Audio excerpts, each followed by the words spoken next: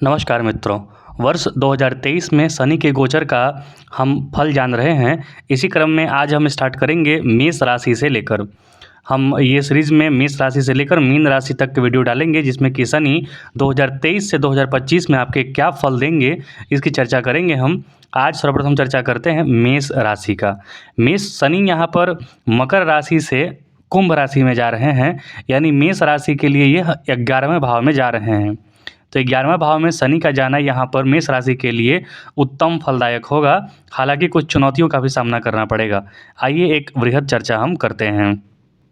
आज के ज़माने में जो सबसे बड़ा प्रॉब्लम, जो सबसे बड़ी समस्या होती है, वो होती है कर्ज लेना, कर्ज देना, ऋण चुकाना वगैरह। तो याद रखिए, शनि जब भी 11वें भाव में जाते हैं तो व्यक्ति जो कर्ज लेता है वो कर्ज चुका पाने की स्थिति में नहीं हो पाता है। इसीलिए यहाँ पर जब आप कर्ज लेंगे या फिर किसी को कर्ज देंगे तो वहाँ पर सोच समझकर कर्ज लें या फिर कर्ज दें, अन्यथा यहाँ पर शनि 11वें भाव में है, कर्ज से मुक्ति नहीं मिल पाएगी। जहाँ तक यदि कर्ज चुकाने की ठान ले भी तो भी कर्ज चुकाने का प्रयास करता है और चुका देता है, लेकिन बहुत समस्या का सामना करना पड़ता है यहाँ पर। तो कर्ज का लेन देन में यहाँ पर आप सावधानी बरतें। शनि आपकी राशि से 11वें भाव में जा रहे हैं, तो इस वजह से संतान पक्ष के लिए कष्टकारी होगा। संतान पक्ष से संबंधित आपको परेशानी का सामना करना पड़ सकता है। जीवन साथी की पत्रिका में यदि संतान के योग अच्छे हैं तो ठीक होगा, अन्यथा समस्याएं और बढ़ेंगी। मतलब कि आपका जो सामने वाला पार्टनर है, आपकी जो पत्नी है, आपका जो पति है, अगर उसे कुंडली में संतान पक्ष का मार्ग अगर मजबूत है तब तो कुछ स्थिति संभलेगी, अन्यथा स्थिति में थोड़ा और बिगाड़ हो सकता है। तो यहाँ पर संतान पक्ष को लेकर आप थोड़ा सतर्कता बरतें। गर्भधारण वगैरह के लिए यहाँ पर सतर्कता की विशेष आवश्यकता है। अब यदि शनि यहाँ पर 11वें भाव में गए हैं तो पुनः ये छठे से छठा हो जाता है 11वां भाव। तो आपकी राशि यानी मेष राशि के लिए यहाँ पर चोट चपेट दुर्घटना लगने का योग हो सकता है यहाँ पर, और जिसमें बायां घुटना या फिर कमर में अधिक चोट लग सकता है। तो यहाँ पर सतर्कता से चलें। हालांकि जहाँ आय की बात होगी तो आय की प्राप्ति होगी आपको, लेकिन स्वास्थ्य के लिए आपको सतर्क रहना है, सचेत रहना है। यहाँ पर आपको संतान से मानसिक विरोध हो सकता है, संतान से परेशानियों का सामना करना पड़ सकता है। आपके मित्रों द्वारा, आपके मित्रों पर ज़्यादा खर्च होने का योग यहाँ पर बनता है। अब आइए कुछ अच्छे फल की हम यहाँ पर चर्चा कर लेते हैं। शनि 11वें भाव में जा रहे हैं तो आपके अंतर्गत जो आपका व्यवसाय है, कार्य क्षेत्र है, वहाँ पर आपको तरक्की का योग देखने को मिलेगा। लोग आपके अंदर कार्य करने के लिए स्वतः तैयार हो जाएंगे। सरकार के द्वारा आय प्राप्ति होगी। सरकार से जुड़कर जो भी आप कार्य कर रहे हैं वहाँ पर आय की प्राप्ति आपको निसंदेह होगी। चूँकि आपकी राशि जो है मेष है, तो आपको कोई भी कार्य जल्दी जल्दी में निपटाने की आदत होगी। हड़बड़ाहट, जल्दी जल्दी कार्य करना, ये सब आपका जो होता है ना, इंट्रिंसिक गुण होगा, आपके अंदर का एक स्वतः गुण होगा। लेकिन चूँकि शनि जो है 11वें भाव में जा रहे हैं तो वहाँ से तीसरी दृष्टि आपके लगन पर पड़ रही है। तो आपको अपने व्यवहार में, आपके अपने तेजीपन में आपको थोड़ा शिथिलता लाना होगा, थोड़ा कम करना होगा उस स्पीड को। आपको धीरे धीरे सोच समझ कर कार्य करना होगा, क्योंकि यहाँ पर आपके सारे कार्य विलंब होने वाले हैं।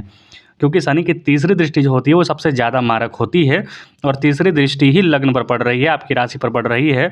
तो यहाँ पर आपको सतर्कता बरतने की आवश्यकता है। हड़बड़ाहट कोई भी कार्य में नहीं दिखाना है।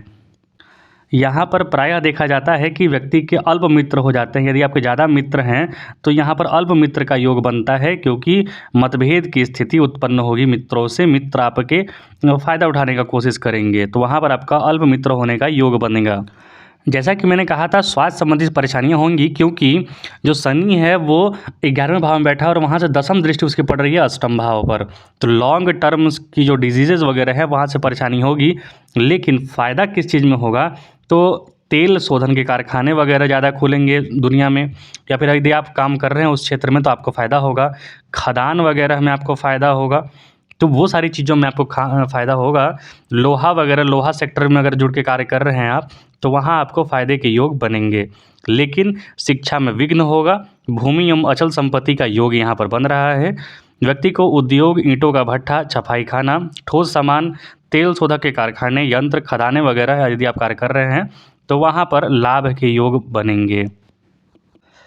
आपको शनि के इस दशा में शनि का जो ये गोचर चल रहा है, इसमें आपको 2-3 चीज़ की सावधानी रखना है। पहला, अपने स्वास्थ्य को ज़रूर ध्यान रखना है, क्योंकि यहाँ पर शनिदेव जो है आपके अष्टम भाव को भी एक्टिवेट कर रहे हैं और आपके लगन को भी देख रहे हैं। तो आपकी हड़बड़ाहट की वजह से, आपके नेचर में ये हड़बड़ाहट है कि जल्दी-जल्दी कार्य हो, वहाँ पर आपको रोक कर, सोच कर, विचार कर कार्य करना होगा, क्योंकि 2 दिन का कार्य 20 दिन में लगने होने वाला है। आपके कार्य में विलंब होगा, याद रखिएगा। तो आपके इसके उपाय क्या होंगे? तो उपाय एकदम बहुत ही सटीक उपाय है। हनुमान जी का उपासना कीजिए, आप हनुमान चालीसा का पाठ कीजिए, बजरंग बाण का पाठ कीजिए, जो भी आप कर सकते हैं उसका पाठ कीजिए। और शनिवार के दिन हो सके तो सरसों का दीपक ज़रूर जलाएँ। तो यहाँ पर शनि का गोचर जो है आपके लिए अच्छा फल भी लेकर आएगा और थोड़े परेशानी भी लेगा। अच्छा फल ये होगा कि आपकी आमदनी में, सरकार से जुड़े आमदनी में या फिर कहीं से भी आमदनी जो आपकी आय क्षेत्र है, वहाँ पर निरंतर वृद्धि का योग बनेंगे। आय में कहीं कोई परेशानी नहीं होगी। हालाँकि अपने संतान पर ज़रूर ध्यान रखें, उन पर ज़्यादा कड़ाई ना करें, अन्यथा मानसिक विरोध होगा। उनका मित्र बनकर आप व्यवहार करें। कोई भी ग्रह सर्वोत्तम फल जो है अपना, वो 11वें भाव में ही देता है, क्योंकि 11वां भाव होता है फैलाव का। वहाँ पर 11वां भाव पाप कर्तरी में भी आता है, पाप योग में भी आता है और पुण्य में भी आता है। पाप में इसलिए आता है क्योंकि ये छठे से छठा है, मतलब शत्रुओं का शत्रु है। अर्थात यदि आपके जितने भी शत्रु हैं उन पर भारी पड़ना है आपको, तो 11वां भाव मजबूत होना आवश्यक है। तो शनि का 11वें भाव में जाने से आपके लिए फ़ायदा ये होगा कि प्रबल शत्रुहंता योग बन रहा है। जो भी शत्रु वगैरह आपको परेशानी में डाल रहे हैं, वहाँ पर शत्रुओं से निजात पाने का योग यहाँ पर बनेगा। तो ये आपके लिए फ़ायदे का सौदा है। 11वां भाव, आय में वृद्धि होगा, लेकिन आपको स्वयं के स्वास्थ्य की चिंता करनी होगी, स्वयं के स्वास्थ्य का ध्यान रखना होगा, दिनचर्या में आमूल-चूल परिवर्तन करना होगा आपको। और जो भी लॉन्ग टर्म के डिजीज़ेज़ वगैरह हैं, उसको अच्छे से आप इलाज ज़रूर कराएँ, उनका ध्यान ज़रूर रखें। शनिदेव की उपासना ज़रूर करें, हनुमान जी का उपासना ज़रूर करें और अपने हड़बड़ाहट वाले गुण से बचें। आपके कार्य विलंब होंगे। और किसी को पैसा दे रहे हैं, कर्ज ले रहे हैं या फिर कर्ज दे रहे हैं, तो वहाँ पर बहुत ही ज़्यादा सतर्कता बरतें, क्योंकि यहाँ पर व्यक्ति कर्ज लेने और देने दोनों की स्थिति में फंसता ज़रूर है। क्योंकि बहुत सारी कुंडलियाँ मेरे पास आई हैं जिसमें कि लोग यही बोलते हैं कि पैसा हमने दे रखा है, लोगों ने, सामने वाले ने कहा था कि दे देंगे, लेकिन पैसा व्यक्ति को सामने वाला देता नहीं है और व्यक्ति अपने ही पैसे के लिए परेशान घूमता रहता है। तो शनि का यह गोचर आपके लिए शुभ हो, ऐसी हमारी कामना है। कृपया चैनल को लाइक शेयर और सब्सक्राइब जरूर करें। कुछ पूछना हो तो आप कमेंट बॉक्स में लिख सकते हैं। देखने के लिए बहुत बहुत धन्यवाद। जय हिंद।